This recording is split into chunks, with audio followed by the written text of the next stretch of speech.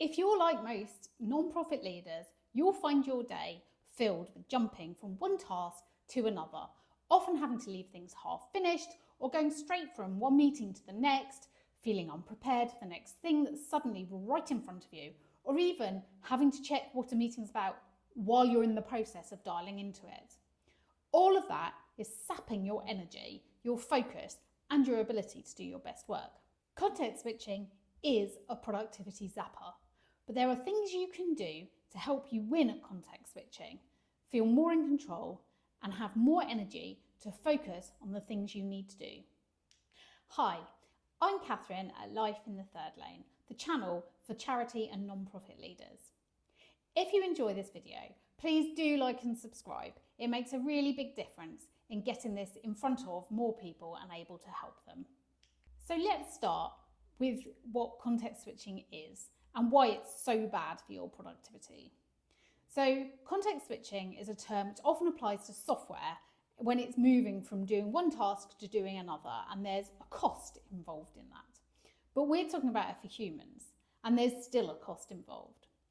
So context switching is simply when you stop working on one project or task and you move and start working on another one. As a charity leader, you're likely to be spread fairly thinly across a really broad range of tasks and activities, projects and topics.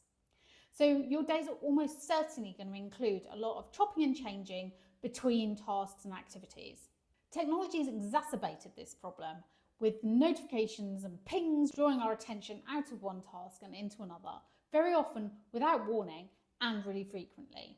This causes us issues with productivity in three key ways. Firstly, we struggle to get into a state of flow.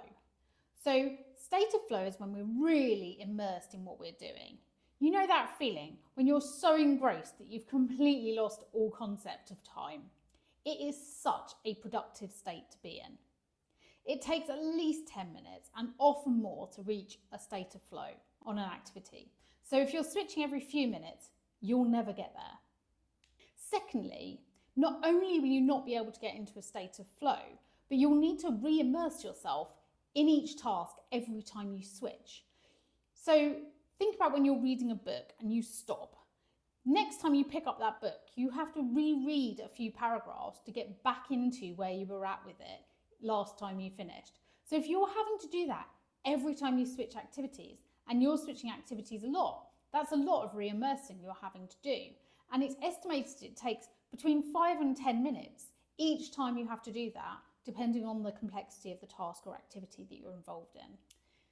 The third way that it impacts your productivity is that you'll have hangover thoughts.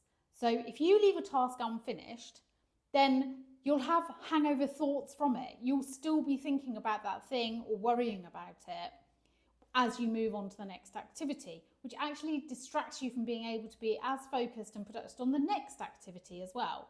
So to give you an example of how this can happen, if you decide to check your email but don't give yourself enough time to actually deal with the emails, and then you see one that's from a really unhappy supporter, for example, then you're walking straight into a meeting and you don't have time to deal with that email, then are you thinking about the meeting that you're about to go into? Or are you really thinking about that unhappy supporter that you're going to have to deal with later? You're worrying about what you're going to do or how they might be feeling, and also worrying about the fact that you can't deal with it appropriately at that time. So you're not really focusing on the meeting, but you're still going to the meeting because you have to. You're thinking about the email. So that stops you being as productive on each of the activities because you've got these hangover thoughts. Does any of this sound familiar? Thankfully, there are some things that you can do to take back control of your day and to be able to switch much more effectively. I've suggested 5 simple strategies that you can put into action, which will help reduce the negative impacts of context switching. So the first is to switch off notifications. The second is to block your day. The third is to keep like with like. The fourth is to pause between tasks and activities. And the fifth is to close loops. So the first suggestion is to switch off notifications. This can feel hard. We've got so used to the constant ping of our phones and computers that the idea of not knowing that there's a message waiting for us is really uncomfortable. But very few of the messages that we receive are actually urgent. Let's be honest, if your kid's sick at school and needs picking up, they're not going to be sending you an email. They'll pick up the phone and they'll ring you. They will get that message to you somehow.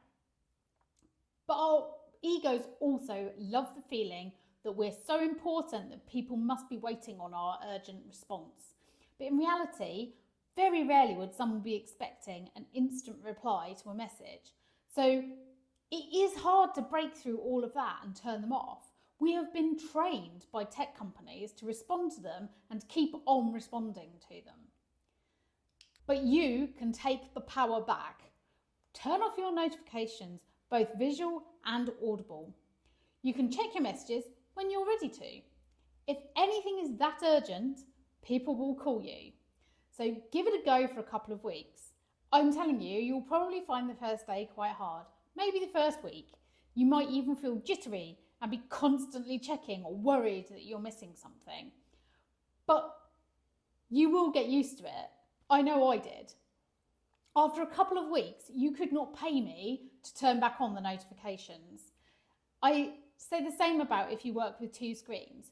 Don't have your emails or your messaging on the second screen because you will see them in the background coming in and will not be able to resist the urge to look at them. And even if you do resist the urge and don't actually look at them, your mind has still been distracted by seeing that notification come in.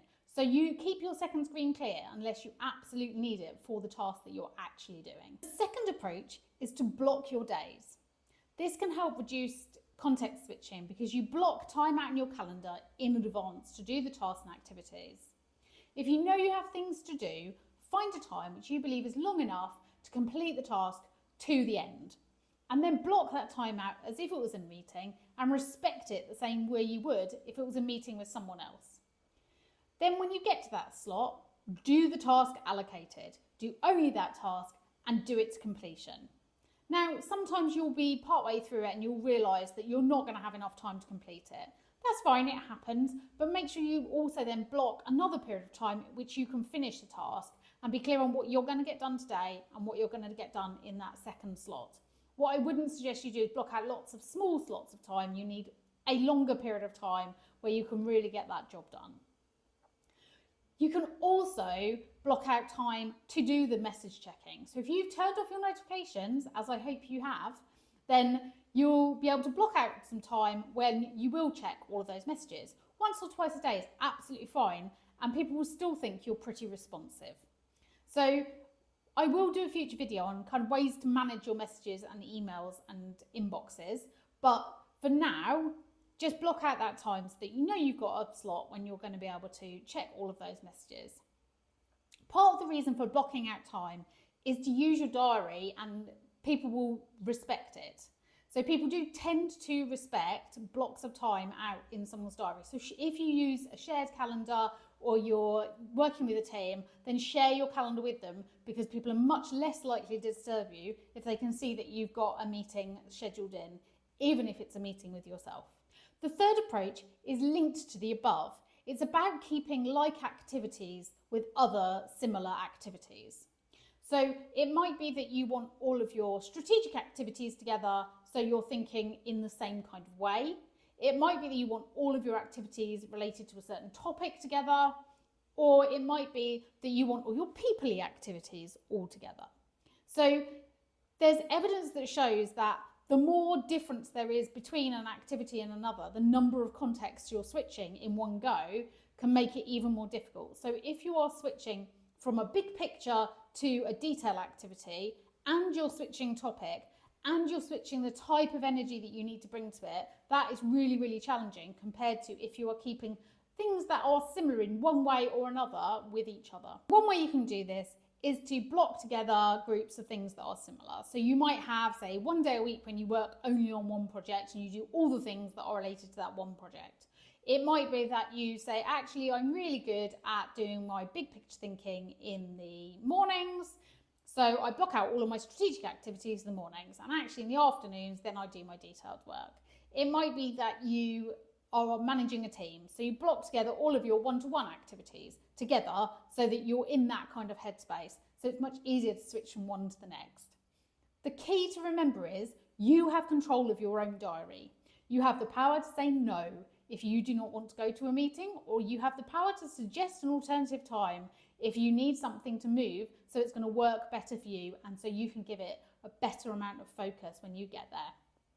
So, of course, there are occasionally things that come in where actually it's a big group of people and we need to be flexible. But those are the less often. Most of the time we kind of assume that other people's diaries are more important than ours. But actually, by really taking ownership and control of this, you're controlling your own time and you're controlling your own energy and you're controlling your own context switching. The fourth thing is to try implementing a pause between things. So for anyone on the hamster wheel of back-to-back meetings, this is an absolute game changer.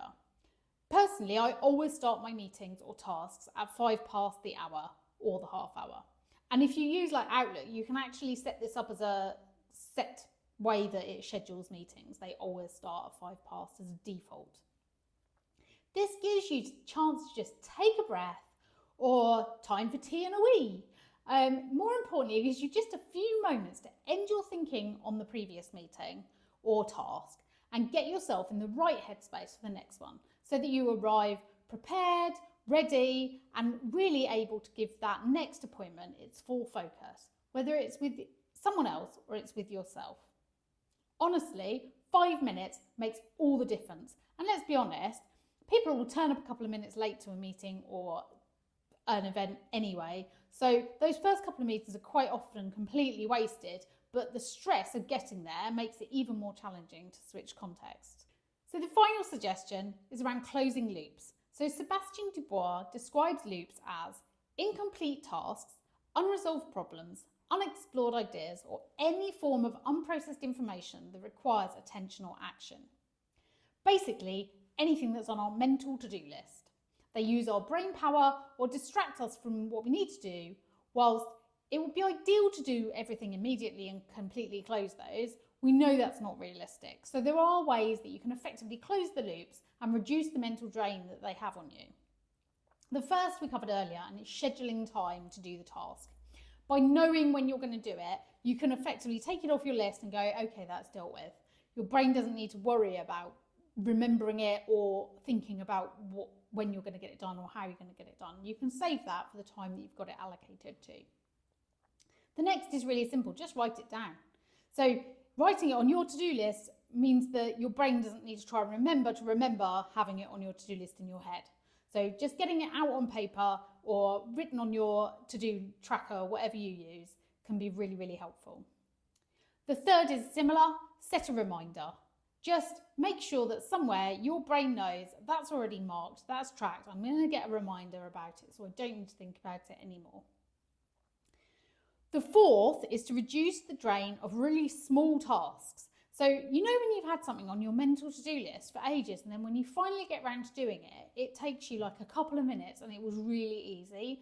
Like, so frustrating because you've actually probably wasted a huge amount of mental energy on trying to remember to do the thing when actually it would have been easy just to do it. So anything that's going to take you 1 or 2 minutes, just do it straight away. And then you know that it's done and it no longer needs to take up your mental space. The fifth thing is to do things to completion wherever possible. So sometimes you might not be able to do a whole project, for example, in one thing. So break it down into smaller tasks and then make sure that you're doing each of those small tasks to completion so that your brain can close the loop on that task as part of that bigger piece of work. So that can be really helpful rather than kind of looking at things in there as a whole, is to look at them as small parts and do all of the other things. So write down the other bits so that you know you're not going to forget them. So hopefully now you know what context switching is and why it's killing your productivity. And you also got some tips and tools that you can use. So just as a reminder, the 5 ideas to try to reduce the impact that context switching has on you is to switch off notifications, block your days, keep like with a like, pause between contexts, and close loops. I'd absolutely love to hear how you get on if you try any of these comments below, especially turning off notifications, my #1 suggestion. I really hope you've enjoyed this video and find some of the ideas useful. Have a fantastic week and keep on changing the world.